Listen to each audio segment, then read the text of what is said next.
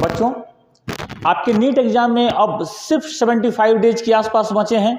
इसमें हमारा प्रिपरेशन कैसे सबसे बढ़िया हो, सबसे अच्छा हो, हमारा सिलेबस है एकदम टाइम पर फिनिश हो, रिवीजन फिनिश हो, इसके लिए जरूरी है कि अब सिलेक्टेड टॉपिक्स को जहां से बहुत सारे क्वेश्चंस बार बार आते हैं उन पर फोकस किया जाए। पिछले वीडियो लेक्चर में हम लोगों ने 11th के इंपॉर्टेंट टॉपिक्स को आपके सामने रखा था। आज के वीडियो लेक्चर में वो 12th के सारे टॉपिक जिनसे रिलेटेड क्वेश्चंस आते रहे हैं नीट में, उनको हम लोग रख रहे हैं। ध्यान से आपको टॉपिक्स को देखना है और ईमानदारी से उनको बार बार रिवाइज करके कवर करना है, ठीक है ना। तो 2025 के नीट में अच्छा करना है, उसमें एक सीट पक्का करना है अपना, ध्यान रखिए। और इन सारे टॉपिक्स को अगर आप ठीक से देखते हैं तो तय मान के चलिए कि आपका परफॉर्मेंस अच्छा होने वाला है, ठीक है। चलिए हम स्टार्ट करते हैं चैप्टर नंबर 1 12th का, sexual reproduction in flowering plant से। Sexual reproduction in flowering plants में आपका फोकस एरिया होना चाहिए flower and pre fertilization. Pre fertilization, flower के स्ट्रक्चर और प्री फर्टिलाइजेशन जो इवेंट्स हैं वहां से कई सारे क्वेश्चंस बार बार पूछे गए हैं। पोस्ट फर्टिलाइजेशन एंड डेवलपमेंट, ये ध्यान से देखना है, पोस्ट फर्टिलाइजेशन से भी कई सारे क्वेश्चंस रहे हैं। टॉपिक्स को आप देखते जाइए स्पीड से। ह्यूमन रिप्रोडक्शन बहुत इंपॉर्टेंट चैप्टर है, और साथ साथ रिप्रोडक्टिव हेल्थ, इनको तो पूरा कंट्रोल में रखना है अपने। ध्यान से देखो तो कोई टॉपिक नहीं है जहां से क्वेश्चन नहीं पूछा गया हो repeatedly. Male reproductive system, female reproductive system, gametogenesis male और फीमेल दोनों में, menstrual cycle, fertilization and implantation, pregnancy and embryonic development, हर जगह से क्वेश्चन है। पार्चुरेशन एंड लैक्टेशन से क्वेश्चन कभी कभी, ठीक है।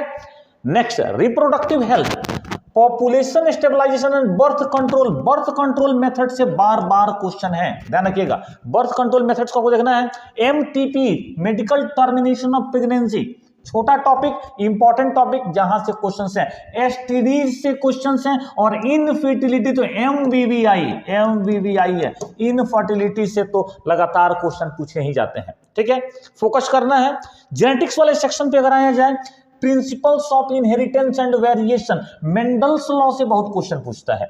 मेंडल्स लॉ से बहुत क्वेश्चन पूछता है, खास करके फोकस बना के रखना मोनो हाइब्रिड क्रॉस पर, ठीक है। यहां पे बैक क्रॉस टेस्ट को सब देखना है। देन लिंकेज एंड रिकॉम्बिनेशन से क्वेश्चन होगा। पॉलीजेनिक इनहेरिटेंस एंड प्लियोट्रॉपी, यहां से क्वेश्चन रहेगा। पॉलीजेनिक इनहेरिटेंस याद है ना, human skin colour, more than one gene जब मिलकर कोई कैरेक्टर को कंट्रोल करते हैं, पॉलीजेनिक इनहेरिटेंस। प्लियोट्रॉपी क्या होता है बताओ, कोई एक ही जीन है और कई कैरेक्टर को कंट्रोल करता है, प्लियोट्रॉपी। क्वेश्चन लगातार पूछे जाते हैं। Genetic disorders, again very very important, आप ध्यान रखिएगा। जेनेटिक डिसऑर्डर्स, और इसमें आपको इंक्लूड करके रखना है क्या, पेडिग्री एनालिसिस को। वहां से कई सारे क्वेश्चन रिपीटेडली बार बार पूछे जाते हैं। यहां इसके बाद जो चैप्टर है हमारा molecular basis of inheritance, genetics का सेकंड चैप्टर है, और सबसे इंपॉर्टेंट चैप्टर 12th क्लास का। DNA, the search for genetic material and RNA world, कहां से क्वेश्चन नहीं हो सकता है, हर टॉपिक में लिखा गया है। Replication, transcription, genetic code, translation, regulation of gene expression and human genome project along with DNA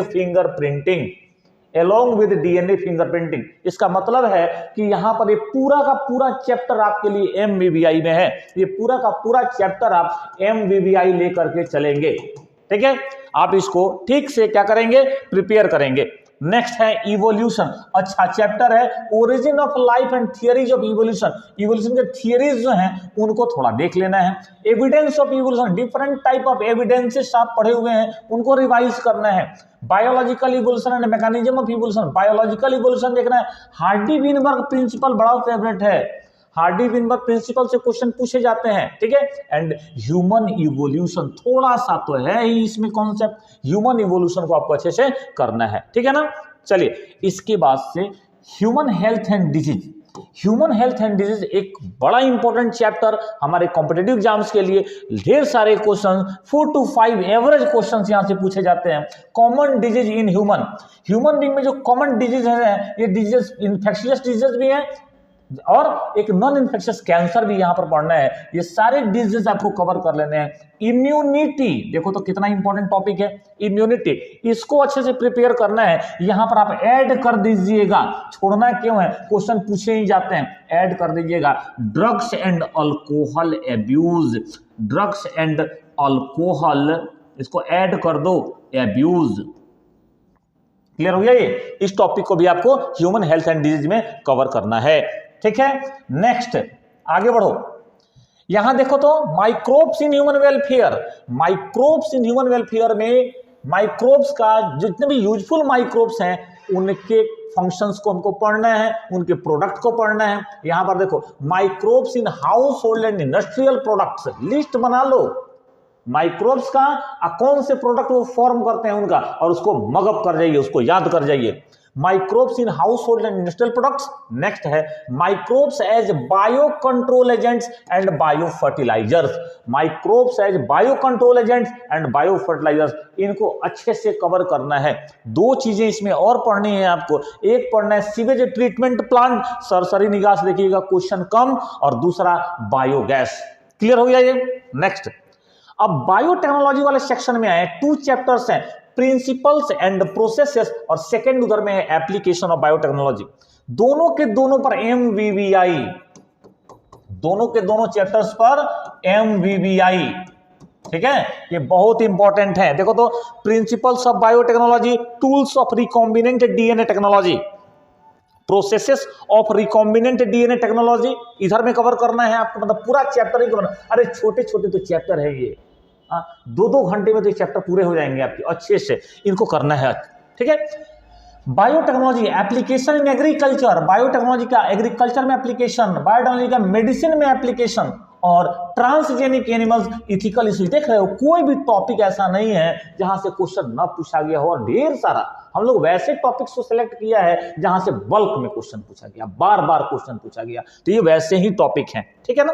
इसके बाद से इकोलॉजी वाला सेक्शन है, ऑर्गेनिजम्स एंड पॉपुलेशन। देखो तो population attributes, population growth, population interaction. इसका मतलब है कि आप पॉपुलेशन इकोलॉजी वाला जो सेगमेंट है इस चैप्टर का, उस पर फोकस बनाकर रखें, वहां से नंबर ऑफ क्वेश्चंस ज्यादा हैं। क्लियर।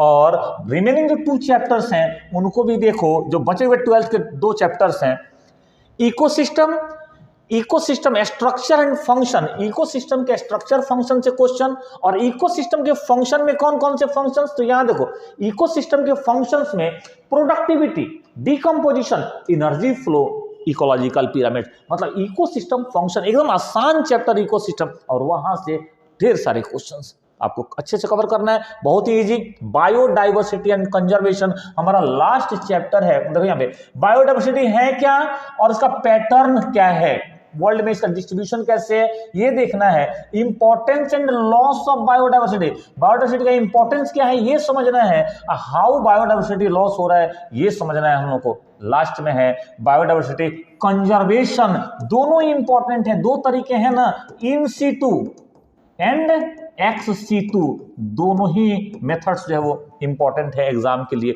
दोनों को ठीक से पढ़ना है। ठीक है, ये वो सारे टॉपिक्स हैं जिसको हम लोग ढूंढ के मेहनत करके खोज के ले आए हैं। ठीक है, जिन पर आपको फोकस करना है इस एग्जाम के लिए। इतने टॉपिक्स अगर आप मल्टीपल टाइम्स करते हैं, बहुत अच्छे से करते हैं, तो विश्वास मानिए आपके मार्क्स बहुत अच्छे आने वाले हैं बायो में। और जो बच्चे हैं उनसे मैं रिक्वेस्ट करूंगा कि आप कमेंट लिख करके ये बात बताएं कि आपको और क्या चाहिए, क्या पढ़ना है, क्या सीखना है, क्या नया जानना चाहते हैं आप बायो संबंधित, जो आपसे सॉल्व नहीं हो रहा है, वैसे टॉपिक्स को हम लोग आपके सामने रखने की कोशिश करेंगे। और कमेंट में ये बताएं कि हमारा जो एफर्ट है वो आपके लिए लाभदायक है या नहीं है। अगर मान लो ये बेकार है तो फिर हम लोग एफर्ट लगाना छोड़ देंगे। Thank you.